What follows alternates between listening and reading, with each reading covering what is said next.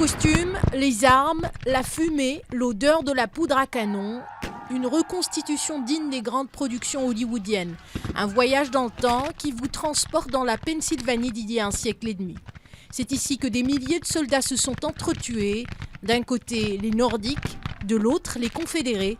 L'issue de la guerre et de l'esclavage s'est décidée sur ces plaines. Pour célébrer le 150e anniversaire de la bataille de Gettysburg, des milliers de volontaires ont fait le déplacement. Ils sont venus de partout des États-Unis pour réaliser la reconstitution de l'un des moments clés de la bataille. Bien évidemment, ils ne se sont pas immédiatement rendus compte que c'était un moment décisif. Les Confédérés ont remporté plusieurs batailles sur la route de Gettysburg, mais les Nordiques ont coupé court à leur tentative de conquérir le territoire de l'Union. Quand ils ne sont pas sur le champ de bataille, les soldats se regroupent dans des camps. On se croirait presque au 19e siècle, si ce n'est quelques anachronismes. Devant les touristes, les figurants s'efforcent tout de même de rester fidèles à leur personnage. Tenez par exemple le général Lee. Ces hommes iront partout et feront n'importe quoi. Je suis sûr qu'ils remporteront la victoire aujourd'hui. Certains volontaires n'hésitent pas à changer de camp pour mieux comprendre les adversaires de leurs ancêtres.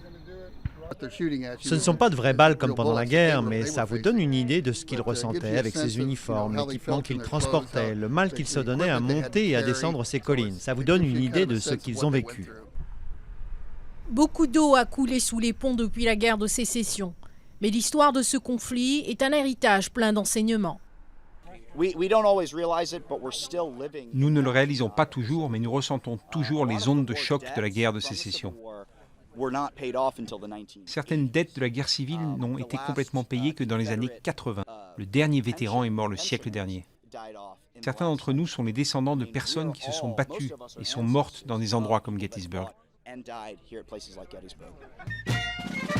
Certains historiens disent que les États-Unis sont nés deux fois. La première en proclamant l'indépendance de l'Angleterre, la deuxième naissance était dans le sang, une guerre qui a duré 4 ans et qui a fait 620 000 morts.